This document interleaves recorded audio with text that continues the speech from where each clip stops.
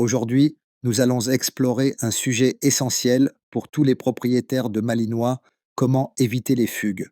Ce comportement peut devenir un vrai problème s'il n'est pas compris et anticipé. Nous allons analyser les raisons qui poussent d'un Malinois à fuguer et surtout mettre en place des solutions adaptées à son mode de vie et à ses besoins. Pour commencer, il faut comprendre que le Malinois est un chien qui a besoin d'une stimulation constante. Un manque d'exercice physique et mental peut entraîner une sensation de frustration qui pousse le chien à chercher une issue en explorant seul l'environnement extérieur.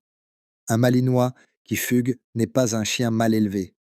C'est souvent un chien qui cherche à satisfaire un besoin essentiel parmi les solutions pour prévenir ce comportement.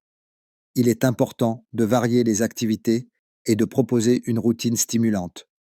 L'entraînement quotidien doit inclure des exercices de rappel et de renforcement positif pour que le chien associe son environnement à un lieu sécurisant et intéressant.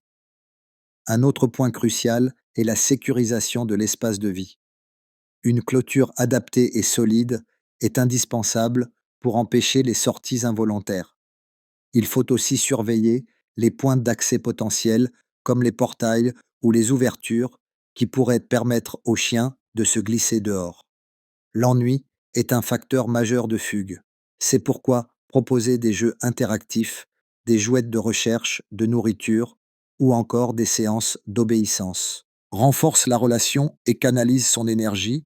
Un Malinois qui se sent utile et stimulé aura moins tendance à chercher des échappatoires. La socialisation joue également un rôle fondamental. Un chien habitué à voir du monde, à explorer de nouveaux endroits sous contrôle et à interagir avec d'autres chiens se sentira plus en confiance et aura moins tendance à vouloir s'échapper. Il est aussi essentiel d'éviter de renforcer involontairement la fugue si un chien fugue et qu'à son retour il est puni. Il associera simplement son retour à une expérience négative et sera plus réticent à revenir la prochaine fois. Au lieu de cela, il faut l'encourager et renforcer positivement son retour en lui offrant une récompense ou un moment agréable avec son maître. Maintenant, parlons sécurité et responsabilité.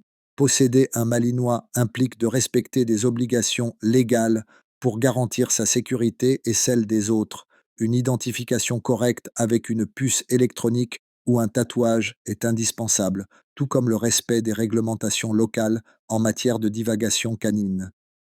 Certaines municipalités imposent des conditions strictes pour les chiens de travail ou les races actives, et il est crucial de s'informer pour rester en conformité. Enfin, si vous souhaitez approfondir davantage ce sujet et découvrir encore plus de conseils, rejoignez-nous sur la chaîne et n'oubliez pas, restez connectés pour plus de vidéos. À bientôt.